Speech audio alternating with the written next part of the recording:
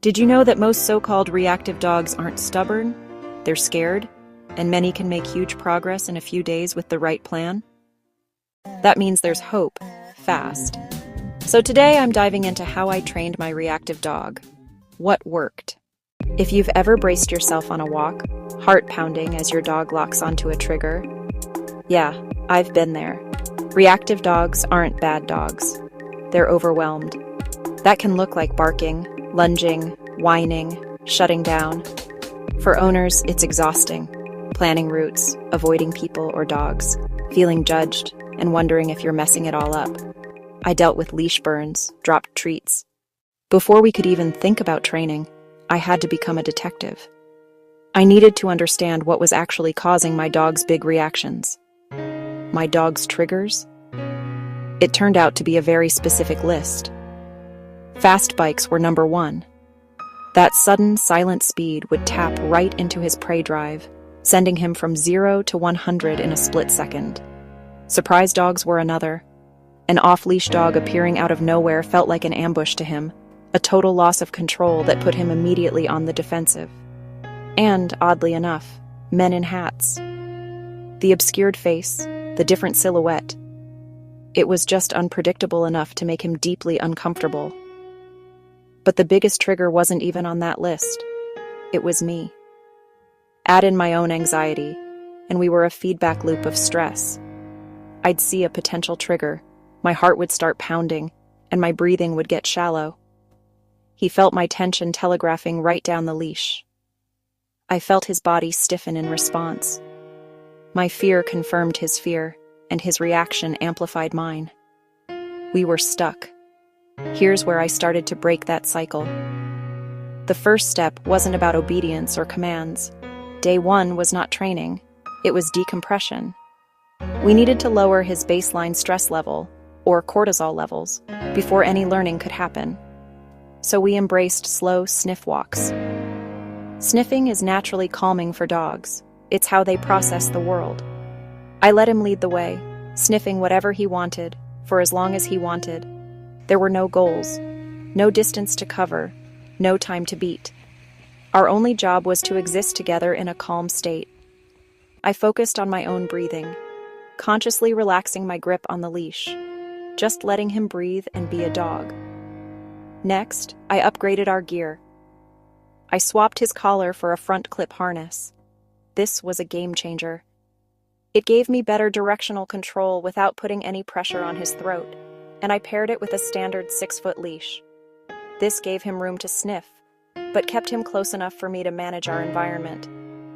Then I built a calm, predictable routine. We started walking at the same quiet time each morning, taking the same boring route. Predictability builds confidence and reduces anxiety for dogs. I stocked up on high-value treats, not just kibble, but tiny pieces of chicken or cheese that he absolutely loved. And I created a predictable pre-walk ritual. Harness on, leash clicks, grab the treat pouch.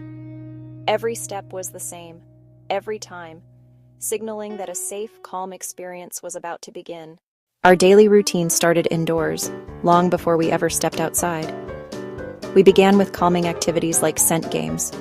A dog's nose is incredibly powerful, and letting them use it is naturally enriching and de-stressing.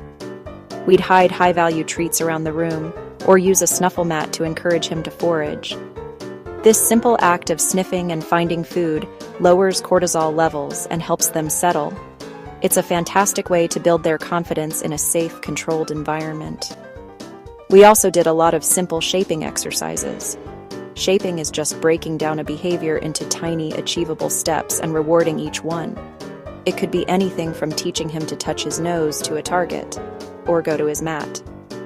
This kind of focused problem solving is mentally exhausting for a dog, in a good way. The goal was to get his brain tired before the unpredictable outside world could get him overstimulated. A tired brain is a calmer brain. But the core of our outdoor work, my main method, was counter-conditioning with distance. This sounds technical, but the concept is simple.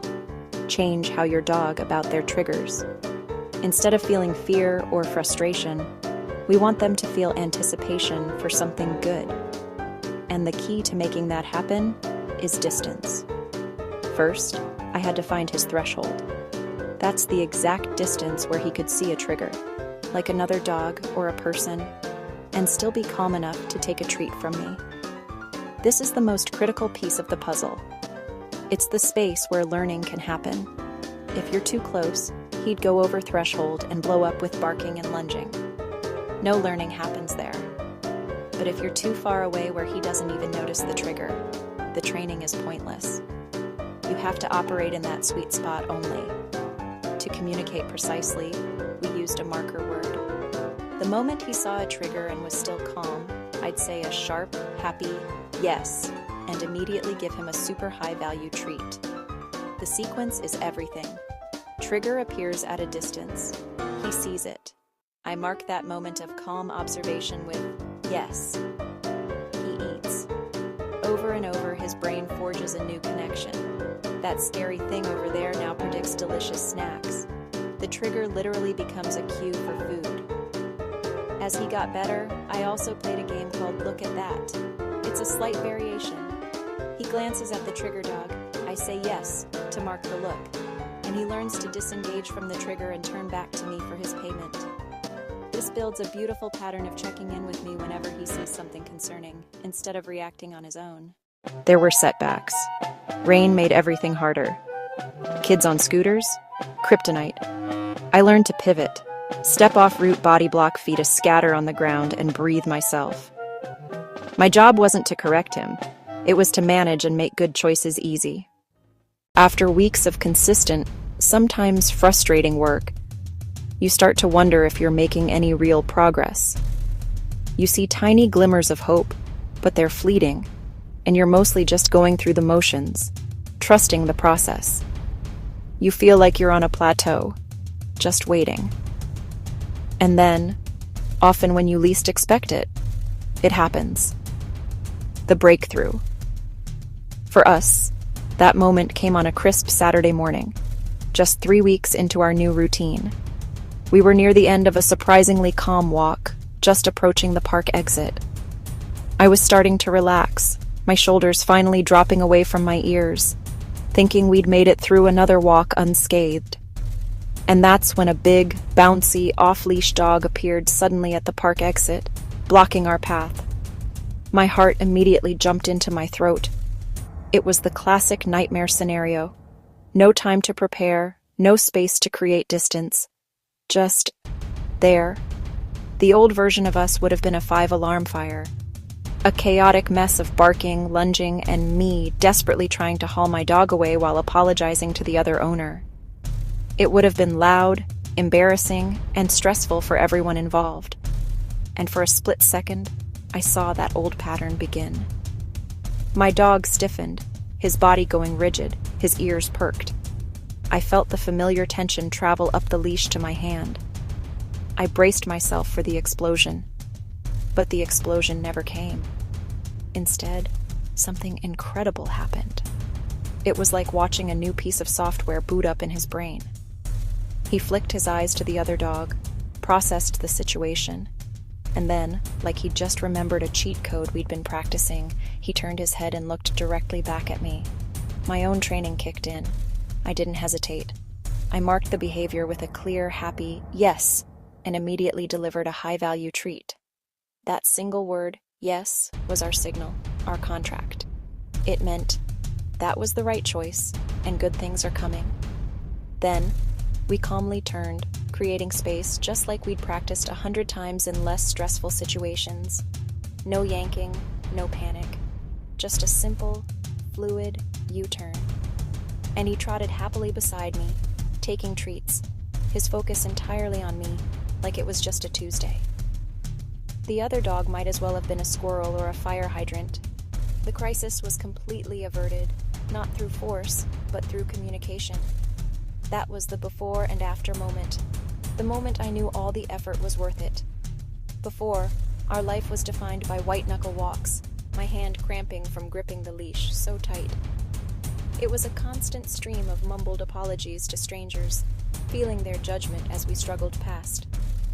It was planning our entire route to avoid other dogs, always taking the long way home. After, it was this, a partnership. A dog who could see a trigger, feel that initial jolt of anxiety, and still choose me. He had learned a new, better way to handle his big feelings. It wasn't perfect, and it's never going to be perfect. There are still good days and bad days. But now, we have the tools. We have a language. That one successful moment didn't fix everything overnight, but it proved that a different future was possible. It gave us the hope we needed to keep going.